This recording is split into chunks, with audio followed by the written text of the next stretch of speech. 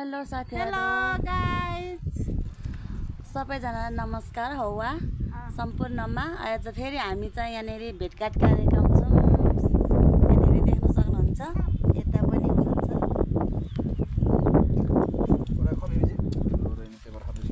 हामी चाहिँ जस कल्पनातिर बसिरहेछौँ है साथीहरु। आज चाहिँ हामी चाहिँ खोजी पाउँ पारातिर ल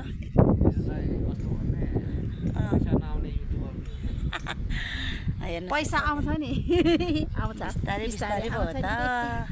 एकैचोटि कहाँ कसको अरे चिपा युट्युबरले भन्यो भने एउटा अफिस खोलेर टक्कसँगले पैसा कमाउने बाटो चाहिँ गर्छ होला।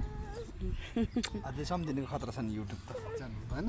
युट्युब चल्दैन मेरो, चल्दैन अहिले लागि हाम्रो आफ्नो आफ्नो ल आशा आउ जाऊ अब म चाहिँ फेसबुकमा के बजारतिर सम्झि जाने पैसा हो। आउने भनेको फेसबुकमा मोनेटाइज फलोअर्स पुरै पैसा आउँछ नि त्यसमा चाहिँ 1000 फलोअर्स त्यो भने कति 100 रुपैयाँ होइन मोनेटाइज हुन्छ नि 1000 सम्झिनेको कुरा हेर्ने 1000 भ्यू गयो भने पैसा आउँछ क्या।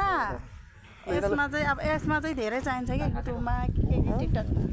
लु लु बाई बाई मोबाइल र छोडेको पालिरहनु नि हो अब खान्दा छैन तिम्रो जम्मा लुइजे भनेको चाहिँ लु पार्टी जानुपर्छ भने सुन्न त्यहाँ सोध्नु ल ल बाई बाई।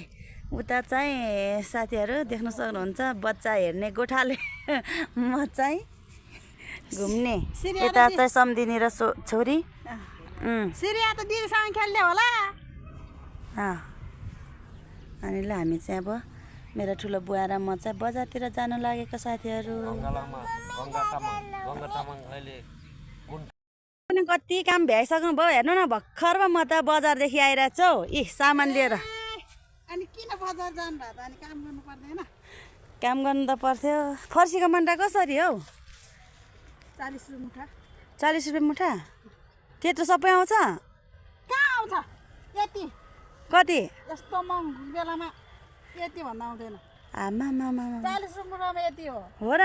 अँ गाह्रो छ है। अनि यस्तो अर्ग्यानिक यस्तो राम्रो गरेर बनाएको छ।